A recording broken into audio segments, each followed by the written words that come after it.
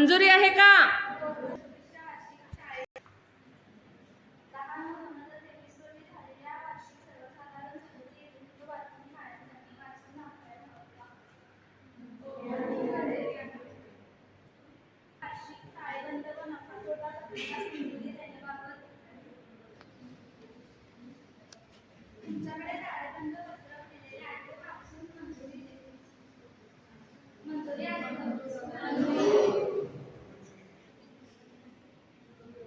मला एक शंका आहे.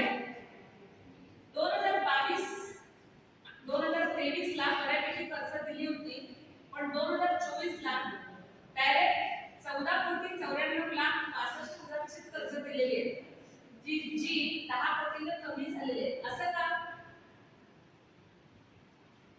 जेवढी अमाऊंट जी आपली आहे ती आता सध्या कर्जदार कमी असल्यामुळे आपण ती अमाऊंट इंटरेस्ट मिळावा म्हणून दुसऱ्या बँकेत डिपॉझिट केलेलं आहे.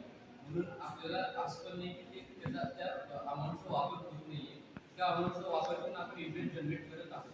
आणि जेव्हा मार्केटमध्ये इकॉनॉमीमध्ये कर्जदारांची संख्या वाढेल तेव्हा आपण नक्कीच ती डिपॉझिट विड्रॉ करून ते आपण इन्वेस्टमेंट करू शकतो. आपके पास का था इंटरेस्ट रेट बहुत कम है कंपैरेटिवली दूसरे पर्सनल का और नेशनल बैंक्स का। उसका रीजन क्या है? और मेरा ये सजेशन है कि अगर आप लोग डिपॉजिट बढ़ाना चाहते हो तो आपका अगर इंटरेस्ट रेट बढ़ाओगे तो आपको डिपॉजिट ज़्यादा मिलेंगे।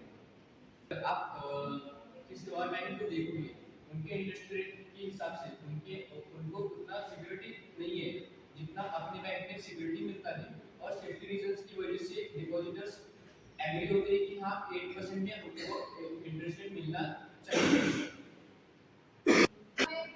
इंटरेस्ट रेट जास्त पाहिजे. एक कॅटेगरी मिळालेली आहे ज्यामुळे आपल्या पसंतीचं सेफ्टी वाईज आपली पसंती चांगली आहे. अशा खूप पसंती आहेत ज्यांचे इंटरेस्ट रेट जास्त आहेत पण त्या बुडालेल्या आहेत. आम्ही कोड घेऊन इंटरेस्ट रेट वाढवण्यासाठी पुढे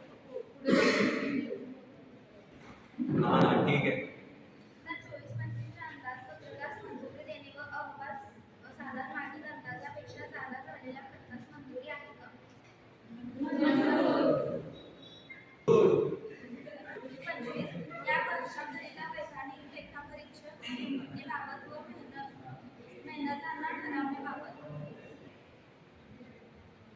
किती टक्के वाढ आहे? 10%.